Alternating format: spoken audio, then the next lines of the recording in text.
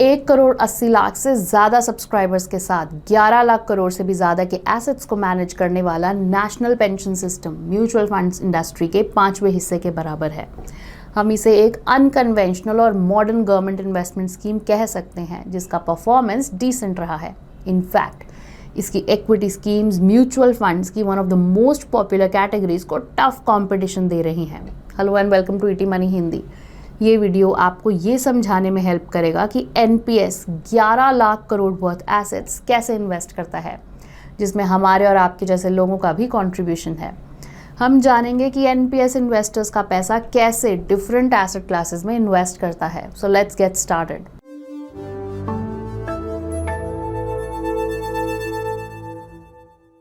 NPS को 2004 में government of India ने लोगों को रिटायरमेंट बेनिफिट्स प्रोवाइड करने के एम से इंट्रोड्यूस किया था।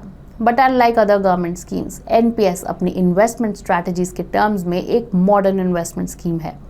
गवर्नमेंट और कॉर्पोरेट डेट के अलावा एनपीएस शेयर मार्केट और ऑल्टरनेटिव इन्वेस्टमेंट फंड्स में भी इन्वेस्ट करता है। इस वीडियो में हम एनपीएस के बेसिक्स को डिटेल में कवर नहीं कर रहे हैं। इसके लिए आप हमारा दूसरा वीडियो देख सकते हैं, लिंक डिस्क्रिप्शन में है। Coming back to NPS, alternative investment funds या asset class a unconventional instruments जैसे रियल एस्टेट और इंफ्रास्ट्रक्चर इन्वेस्टमेंट ट्रस्ट्स में इन्वेस्ट करता है। इन्हें रीट्स एंड इन्विट्स कहा जाता है। इसके अलावा ये परपेचुअल बॉन्ड्स और दूसरी ऑल्टरनेटिव एसेट्स में भी इन्वेस्ट करता है। इसका बेस्ट पार्ट ये है कि आप एनपीएस में इन्वेस्ट करते समय ये चुन सकते हैं कि आप किस टाइप के पोर्टफोलियो मिक्स में इन्वेस्ट करना चाहते हैं। आप ऑटो ऑप्शन को भी सिलेक्ट कर सकते हैं, जो आपकी एज के अकॉर्डिंग डिफरेंट एसेट क्लासेस के लिए प्री सेट एलोकेशन के बेसिस पर आपका पोर्टफोलियो बनाने में हेल्प करता है। अब जब आप अपना पैसा एनपीएस में इन्वेस्ट करते हैं तो आपको अपने इन्वेस्टमेंट्स को मैनेज करने के लिए फंड मैनेजर को सेलेक्ट करना होगा। एनपीएस में फिलहाल 11 पेंशन फंड मैनेजर्स हैं। डिफरेंट इन्वेस्टमेंट क्लासेस में इन्वेस्ट करने के लिए आप up to 3 different fund managers भी सेलेक्ट कर सकते हैं, या फिर टू कीप इट सिंपल आप सभी एसेट क्लासेस के लिए एक सिंगल मैनेजर भी चुन सकते हैं। डिफरेंट फंड मैनेजर्स का इन्वेस्टमेंट स्टाइल भी डिफरेंट हो सकता है, जिस वजह से उनका परफॉर्मेंस भी डिफर कर सकता है। डिफरेंट फंड मैनेजर्स ने जो रिटर्न्स जनरेट किए हैं आपकी स्क्रीन पर हैं। आप वीडियो को पॉज करके इन्हें देख सकते हैं। आइए अब क्विकली इस वीडियो के कोर टॉपिक पर आते हैं। जब आप एनपीएस में इन्वेस्ट करते हैं तो ये पेंशन मैनेजर्स आपके पैसे को कैसे इन्वेस्ट करते हैं। यहाँ हम डिटेल में देखेंगे कि सबसे बड़ा और best NPS manager HDFC pension fund आपके पैसे को डिफरेंट एसेट क्लासेस में कैसे इन्वेस्ट करता है।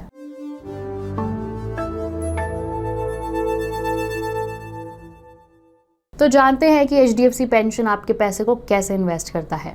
यहाँ हम 3 most popular asset classes cover करेंगे और चौथे को स्किप कर देंगे। ये चौथा एसेट क्लास एआईएफ्स का है, जिसमें नेग्लिजिबल इन्वेस्टमेंट्स है। हालांकि अगर आप इसके डिटेल्स चाहते हैं तो हमें कमेंट कर सकते हैं and we'll provide you with the same. HDFC pension fund SBI और आईसीआईसीआई पेंशन फंड के बाद सबसे बड़ा पेंशन फंड मैनेजर है, जो एनपीएस के टियर 1 अकाउंट में इन्वेस्टेड टोटल एसेट्स के 43% से ज़्यादा को मैनेज करता है। अब अगर आप एनपीएस में इन्वेस्ट करना चाहते हैं तो टियर 1 मैंडेटरी अकाउंट है। यहाँ एक टियर 2 अकाउंट भी होता है, जो कि एक वॉलंटरी अकाउंट है। लेकिन इस वीडियो में हम सिर्फ टियर 1 अकाउंट के बारे में बात करेंगे, क्योंकि जब आप रिटायरमेंट के लिए इन्वेस्टिंग के बारे में बात करते हैं तो हम एनपीएस के टियर 1 अकाउंट को ही रेफर करते हैं। अब अगर आप जानना चाहते हैं कि हमने एचडीएफसी फंड मैनेजर को बेस्ट क्यों कहा है, तो आप हमारा दूसरा डिटेल वीडियो देख सकते हैं, उसका भी लिंक डिस्क्रिप्शन में है। अब आइए देखते हैं कि एचडीएफसी पेंशन फंड इन्वेस्टर्स के पैसों को कैसे डिफरेंट एसेट क्लासेस में इन्वेस्ट करता है। शुरुआत एनपीएस की स्कीम ई से करते हैं। एचडीएफसी पेंशन फंड एनपीएस की स्कीम ई में इन्वेस्ट किए गए 48% एसेट्स को मैनेज करता है। एचडीएफसी के पोर्टफोलियो के टॉप स्टॉक्स में HDFC bank, ICICI bank, Reliance industries, Infosys और भारती एयरटेल शामिल हैं, जो टोटल पोर्टफोलियो का 30% है। टॉप 10 स्टॉक्स का टोटल पोर्टफोलियो में 41% का हिस्सा है। आपने देखा कि ज़्यादातर दूसरी गवर्नमेंट स्कीम्स से अलग एनपीएस कितना ट्रांसपेरेंट है। इसमें पोर्टफोलियो डिटेल्स मंथली बेसिस पर पब्लिकली अपडेट किए जाते हैं। अब आइए स्कीम जी यानी गवर्नमेंट सिक्योरिटीज़ के पोर्टफोलियो पर एक नज़र डालते हैं। इसके नाम से ही क्लियर है, ये स्कीम गवर्नमेंट इशूड सिक्योरिटीज़ में इन्वेस्ट करती है। अब टोटल एसेट्स का 66% सेंट्रल गवर्नमेंट इशूड सिक्योरिटीज़ में इन्वेस्ट किया जाता है, 27% स्टेट गवर्नमेंट इशूड सिक्योरिटीज़ में इन्वेस्ट किया जाता है और 2% AAA रेटेड पब्लिक सेक्टर या पीएसयू बॉन्ड्स में इन्वेस्ट किया जाता है।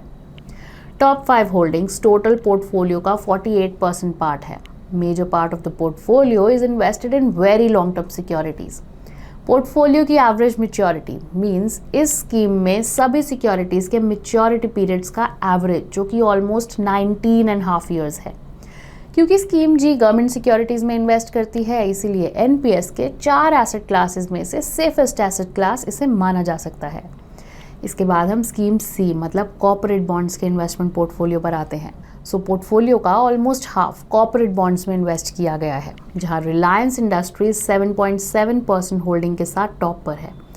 अराउंड 38% इंफ्रास्ट्रक्चर बॉन्ड्स में और 9% पीएसयू बॉन्ड्स में इन्वेस्ट किए गए हैं। पोर्टफोलियो की एवरेज मैच्योरिटी 7.13 ईयर्स रही और जहां तक रिस्क का सवाल है, स्कीम सी की टोटल सिक्योरिटीज में से 82% ट्रिपल ए रेटेड है।